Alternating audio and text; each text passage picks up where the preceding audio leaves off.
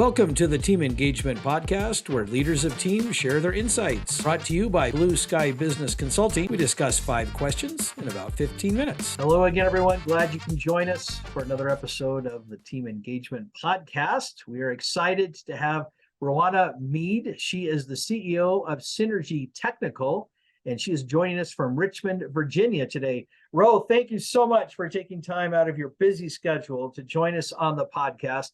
What would you like the audience to know about Synergy Technical?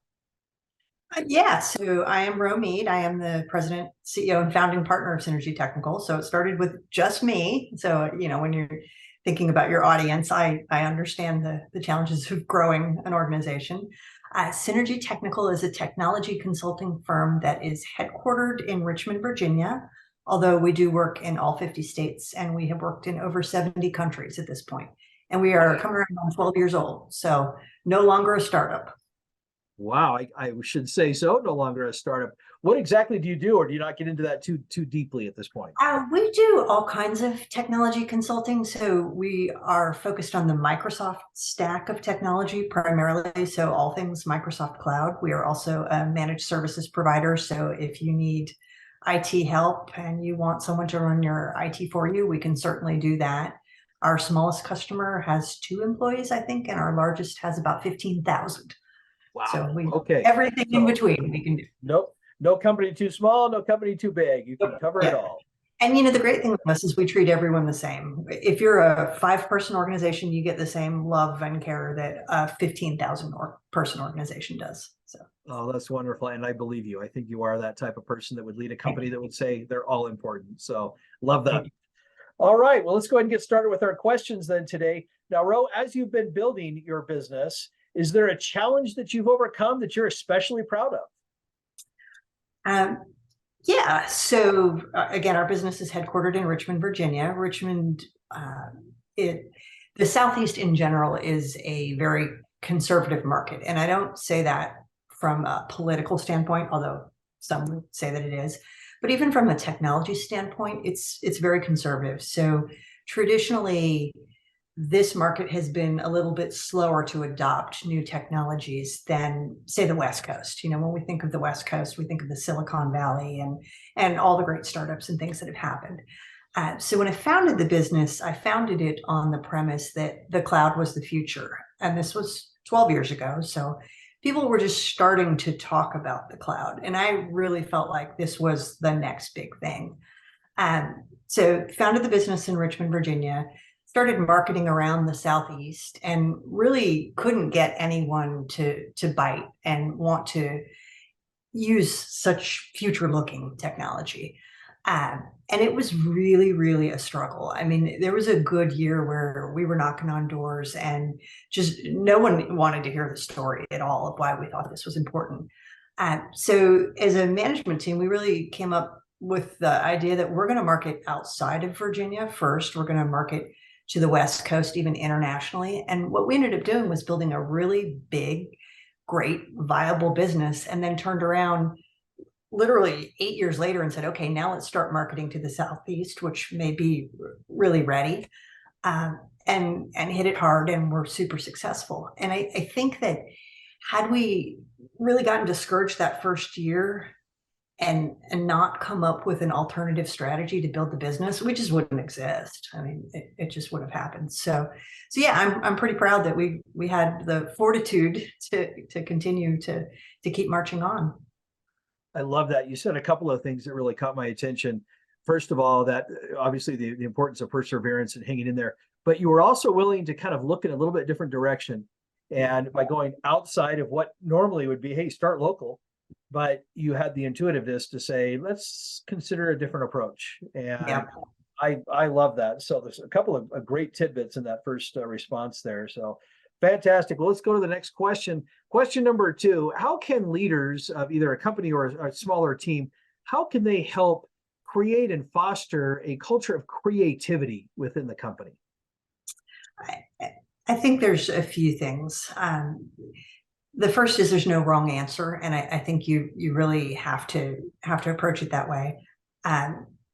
We every initiative that we have is cross-functional. So whether we're working on a sales proposal or maybe a new product launch or even, something internal, we always involve people from different organizations with different backgrounds. And I think what that does is enable people to kind of bounce ideas off of each other and be more creative and make sure that everyone is part of the solution. And it just naturally is when you've got people from diverse backgrounds, both, from a life perspective and from a business perspective, you're going to get just a really great creative solution. And there truly is no wrong answer. I mean, I know people say that all the time, but that's the God's honest truth. There's no wrong answer in our world, especially when you're talking about technology. There's a lot of ways to solve a problem with technology. So we're really focused on involving lots of people in solutions. And I think that helps tremendously.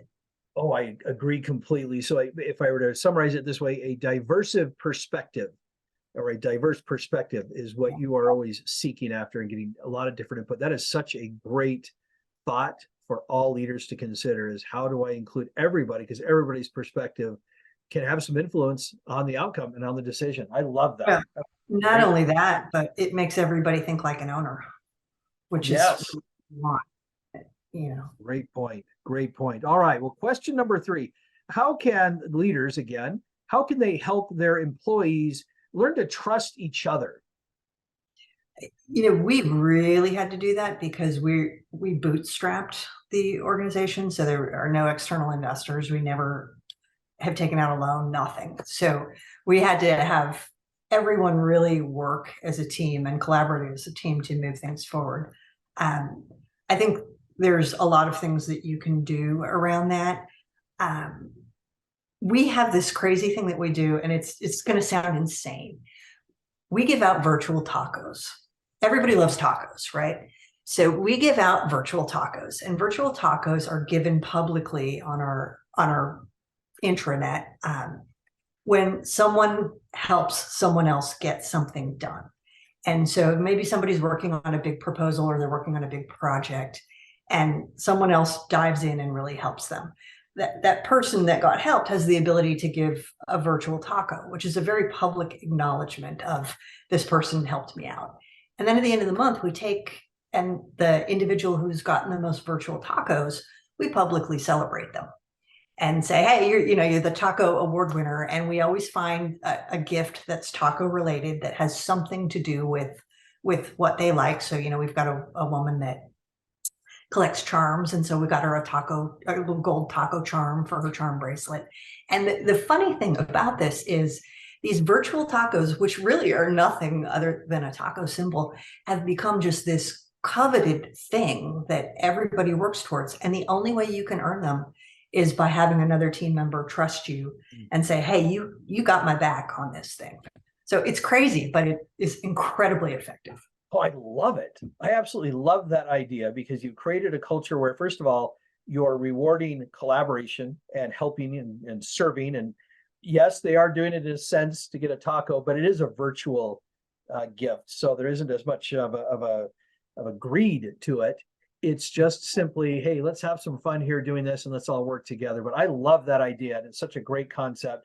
And so that's another great takeaway for all of those watching or listening, is to think about how you can do something fun to reward people for collaborating and trusting each other. So and that's great. Really not expensive to do. It's virtual. Yeah, it's virtual. Exactly. Oh, I love it. I think that's such a great idea. All right. Question number 4. Ro, I'm sure that this has never happened to you, or as you've been growing the business, you've run into a setback or what we might call a failure. But how can, or maybe you've got an experience where you've turned a perceived failure into a win? Yeah, as I was thinking about that question, I don't know that I can tie any one thing as a major failure. That doesn't mean that we haven't done things wrong, because we certainly have. But, for us, we can be quoting on large projects, and the technology that we work with, a lot of times no one's ever done what we've done before. So we're crafting a technical solution that we're kind of figuring it out on the fly. And what can happen is if we're working on a proposal that could easily be a couple $100,000 to $1 million proposal, it takes a lot of people and a lot of effort and a lot of research and a lot of crafting to come up with what the solution is going to be. So it's a tremendous investment for us. And sometimes we don't win. Sometimes we lose those things. And it's really easy to look at that and say, wow, we really screwed that up. We failed. But the reality of that scenario is the team involved has learned something new. They've learned some new technology. They've come up with a new solution. And so they've got that ready to go for the next time that maybe it's a better fit. So while, again, it's not necessarily a failure, it would be easy to perceive those things as failures, but in reality, they're just opportunities to learn something new and expand our tools. That is such a great point, because that really is, and I hear that a lot from people that have experienced some failures or setbacks. That's sometimes the word I prefer to use, because you're right. It's not really a failure, but obviously you want to win the contract. Doesn't quite work out, but I love that you guys are taking a look at it and saying, okay, well, what did we learn though? And now what kind of a new service or product can we have for someone else or an existing client? And if nothing else, you've speeded up the process. So you've sped up the process. I use correct grammar here. You sped up the process so that if you have a similar opportunity in the future, you can go a lot faster on that proposal. So there's a lot of good things that come out of that. Oh, I think that's great. All right. Well, Ro, our last question. Tell us a little bit about your first job. So I'm going to date myself here a little bit. My very first job was when I was 14 years old. And, we didn't have cell phones back then. We had phone books back then, you may recall. I had a job where I had a list of phone numbers that I needed to call, and they were in consecutive order. And I was selling, remember those coupon books you used to get that had all the coupons for all the different restaurants and whatnot? Yeah. I sold those. I would say out of, making 200 calls a night, I might get 3 people to answer the phone, and one might actually talk to me. I lasted for about 2 weeks because I just couldn't take the rejection and being hung up on all the time. But that was my very first job. Wow, how about that? That's a tough one to crack in on something like that. I still, it's funny because it's so long ago now. I still think about how painful that was. It's the first cold calling, Yeah. I mean, it's true cold calling. Well, I remember those days. That's for sure. I think I've got a few years ahead of you, but nonetheless, I remember the day. Not many, but yeah. Well, Ro, again, thank you so much for taking time out of your busy day to join us on the podcast. How can people find you? Sure. The best thing to do is to go to our website, which is www.synergy-technical.com, and hit the contact us, and people can get to me very easily that way. Fantastic. Very good. All right. Well, thank you again, everybody, for taking time to watch or view the podcast. We always appreciate your joining us every week for new information on how we can lead teams and be better leaders and be better entrepreneurs and business builders. But again, Ro, thank you so much for joining us. And I wish everybody a great day. This is Sean Richards with the Team Engagement Podcast, where leaders of teams share their insights. For more ideas, go to teamengagementpodcast.com.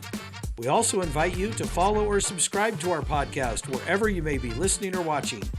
Is your business thriving? Go to tbs-score.com to find out. Thanks for joining us today. Have a great day.